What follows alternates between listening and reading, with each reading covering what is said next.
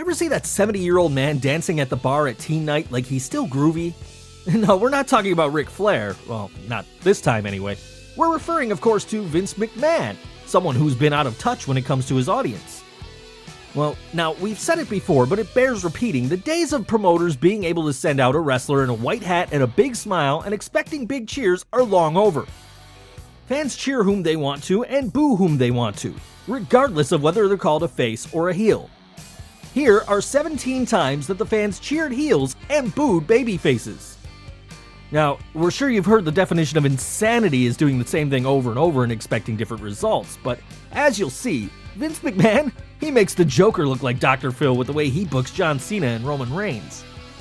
Number 17, heel cheered Kevin Owens' 2015 Elimination Chamber. Now, do the fans like to boo a babyface John Cena? Is the Pope Catholic? Is rapper Ice-T selling lemonade confusing? Cena's had his share of fans amongst the Chuck E. Cheese set, but there's also a lot of people who can't stand him. Exhibit A. Kevin Owens debuted on the May 18th, 2015 Raw, attacking US champion John Cena, and then facing him at 2015's Elimination Chamber pay-per-view. Owens was cheered as he went on to pin Cena cleanly after hitting his pop-up powerbomb, but remains a heel despite the fans getting behind him. Number 16, heel cheered Triple H WrestleMania 22. Now, if you've ever wondered what life is like in Bizarro World, tune into any John Cena match where the fans boo him against wrestlers who are supposed to be highly hated heels. Yet, WWE continues to push Cena as a face. Triple H was the latest case of Cena getting booed when he was supposed to be cheered, this time at WrestleMania 22. This may have influenced WWE's decision to turn Triple H face a couple of months later on the June 2nd, 2006 episode of Raw after reforming D-Generation X with Shawn Michaels. Number 15, cheered the heel Randy Orton, SummerSlam 2004. Randy Orton went into SummerSlam 2004 as the youngest member of the all-star heel group Evolution. Orton already had a lengthy run as Intercontinental Champion, but he was facing a veteran in Chris Benoit, a popular wrestler who clawed his way up to the World Heavyweight Championship. Despite Benoit's popularity and the fact that the Canadian Crippler was wrestling in Toronto, Orton won the fans over during the match, surprising more than a few people when he defeated Benoit for the title. Orton became the youngest champion ever, only to embark on an ill-advised run as a face where he became Triple H's go-to jobber to the stars. Number 14, booed the babyface Rey Mysterio, Royal Rumble 2014. Rey Mysterio will go down in history as one of the greatest, if not the greatest, cruiserweight in history. Rey shocked and delighted fans when he set out to win the World Heavyweight Championship, hoping to honor the memory of his late friend Eddie Guerrero. Rey's incredible win at 2006's Royal Rumble saw him enter at number 2 and survive a record-breaking 62 minutes to win. Rey went on to win the World Belt at WrestleMania 22 in a triple threat match against champion Kurt Angle and Randy Orton by pinning Orton. Rey would hold the World Heavyweight title twice and the WWE Championship once, in this case winning the belt in a tournament on the July 25, 2011 Raw, then losing it the same night to John Cena. Rey's underdog act got old with WWE fans though, and his never-ending injuries didn't help as he'd return only to disappear again. His injuries also caused him to lose a step with his in-ring work, and rather than adapting his style, Rey maintained his old style, blowing spots. The last nail in the coffin was 2014's Royal Rumble when Rey showed up at number 30 rather than Daniel Bryan as some fans had hoped. Now, Rey was as welcome here as Mike Pence at Hamilton. The fans were tired of Rey, and Rey didn't stay much longer, his last match being a loss to Bad News Barrett on the post-WrestleMania 30 Raw. Number 13, cheered the heel Seth Rollins, Extreme Rules 2016. Seth Rollins was the Authority's number 1 guy after he won the WWE Championship at WrestleMania. That is, until a November 4th, 2015 knee injury forced him to relinquish the belt. Rollins returned at 2016's Extreme Rules, attacking babyface Roman Reigns after his victory over AJ Styles. The fans cheered Rollins, arguably a combination of their apathy towards Reigns and their happiness at seeing Rollins return. Whatever the reason, WWE turned Rollins babyface officially after Triple H screwed him out of the Universal title on the August 29th, 2016 Raw. Number 12, booed the babyface Goldberg, Backlash 2003. 2003 saw Bill Goldberg debut in the WWE, leaving fans to wonder how WCW's dominant babyface would fare against the WWE's best. A match against The Rock seemed like an instant dream match, as The Rock had turned heel in January of 2003, adopting the persona of a Hollywood star who couldn't be bothered to wrestle. Perhaps this reminded fans of The Rock when he first turned heel, but whatever the reason, the fans cheered The Rock during his match at Backlash. This would be The Rock's last match in WWE for a while, but it wouldn't be a good start for Goldberg, whose WWE career was full of stumbles. Likewise with their respective movie careers, as The Rock would go on to be a Hollywood superstar, and Goldberg would go on to make riff tracks-worthy materials such as Santa's Sleigh and Kill Speed. If Goldberg lands the role of Gopher on the big screen adaptation of The Love Boat, though, things could change. Number 11, cheered the heel, Brock Lesnar, SummerSlam 2014. Given the number of Cena haters out there, setting up a situation where the poor guy gets destroyed is as much of an invitation for a party as would be the New England Patriots missing the Super Bowl. Brock Lesnar destroyed Cena, winning the WWE Championship and giving Cena haters a reason to live, as Lesnar German suplexed Cena 16 times before hitting an F5 and pinning him. Number 10, booed the babyface, Bret Hart, WrestleMania 13.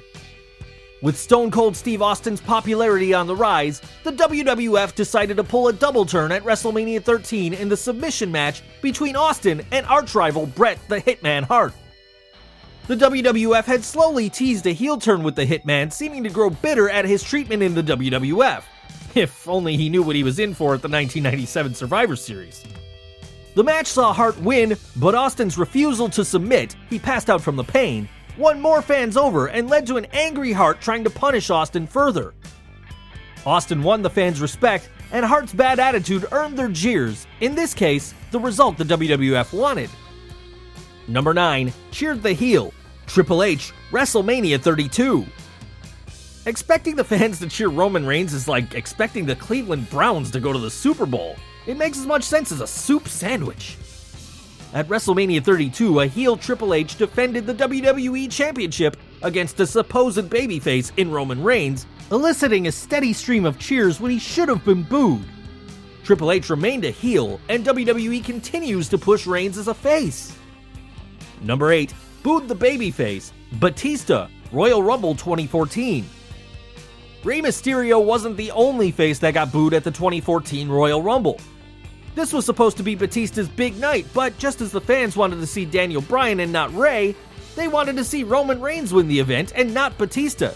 Yeah, actually, believe it or not, Reigns was over in 2014. The fans booed Batista and continued to do so, forcing WWE to turn him heel. This didn't endear Batista to the WWE, and he was gone as the summer began. Number 7, cheered the heel, AJ Styles, SummerSlam 2016. Like Ric Flair's latest marital engagement, congrats Rick on pending marriage number 5, Vince McMahon refuses to learn from the past. Otherwise, how do you explain him putting John Cena up against AJ Styles, a heel with a devoted following and superior wrestling skills, and expecting anything else than what happened? Cena was cheered, but by the end of the night, Styles had won the crowd over. I mean, you could put Cena against Bill Cosby in an audience of women and he would still get booed. Number 6, booed the babyface, The Rock, SummerSlam 2002. By mid-2002, the fans knew there was a good chance The Rock would leave the WWE for a full-time career in Hollywood. An ever-fickle WWE audience decided to boo The Rock during his match against monster heel Brock Lesnar. Rock told the crowd he'd always be the people's champion regardless of their boos or cheers. Lesnar would turn face after Survivor Series that year after manager Paul Heyman betrayed him. Number 5, cheered the heels, The Hart Foundation, Canadian Stampede 1997. The WWF had a great booking concept with Canadian wrestler Bret the Hitman Hart and his contingent, the Hart Foundation, with Hart playing a face in Canada and a heel in the US. This allowed Hart to run down the US and its fans while praising Canada at the same time. As you might expect, Hart received a hero's welcome whenever he was in Canada, and 1997's In Your House Canadian Stampede was no different, where the fans cheered him and the Hart Foundation's win over 5 American wrestlers. Number 4, booed the babyface, Roman Reigns Money in the Bank 2016. After returning from injury, Seth Rollins told the fans he didn't need their cheers, presumably maintaining his status as a heel. However, putting him into a title match against Roman Reigns was as much a recipe for disaster as last summer's Ghostbusters remake. The fans cheered Rollins, leading to an eventual face turn. Number 3. Cheered the heel, CM Punk Money in the Bank 2011. CM Punk was on fire during the summer of 2011, or the Summer of Punk as fans like to call it. Punk's scathing critique of the WWE became known as his pipe bomb promo, and with his contract expiring, fans didn't know what to expect. The drama got cranked up even further when Punk went into Money in the Bank threatening to leave with the WWE Championship if he defeated champion John Cena. Punk won the belt, and since the match took place in Punk's hometown of Chicago, Cena had as much chance of getting cheered as Jeb Bush has of getting invited to Donald Trump's inauguration. Although Punk's contract expired, he returned shortly, soon becoming a full-fledged babyface. Number 2. Booed the Babyface, John Cena, ECW One Night Stand 2006. Now listen, anybody who thought John Cena was going to get cheered in an ECW event against ECW star Rob Van Dam probably thought the XFL was a can't-miss idea. Never mind, there was no way Cena was going to get cheered at an ECW show, and he didn't. The fans were as eager to see Cena wrestle as the owner of an all-you-can-eat buffet would be to see Rosie O'Donnell walk in. Number 1. Cheered the heel, Hulk Hogan, WrestleMania 18. After Hulk Hogan rejuvenated his stale babyface act when he transformed into the heel Hollywood Hogan in WCW, the WWE figured Hogan was the perfect opponent for the super over Rock at WrestleMania 18. By the way, did you know that this match was supposed to be Hulk Hogan versus Stone Cold Steve Austin? According to Austin, he didn't think Hogan could keep up with him and he didn't want a bad match at WrestleMania. Instead, fans got The Rock versus Hollywood Hogan. What they hadn't counted on was that Hogan had been gone from WWE for 9 years, and WWE fans really missed him. Thus, it's no surprise that Hogan was cheered during his match with The Rock, leading to Hogan turning face. While you may have heard the decision to turn Hogan was made that night, some believe the WWE already knew they were going to turn Hogan face based on the cheers he'd got before WrestleMania. Well guys, further proof that Vinnie Mac ignores the fans. How much more will the Raw and SmackDown audiences shrink before Vince comes to his senses? We hope you've enjoyed this video. Remember to leave your comments and click like, and be sure to subscribe so you don't miss any videos from your friends at the SlatRock channel.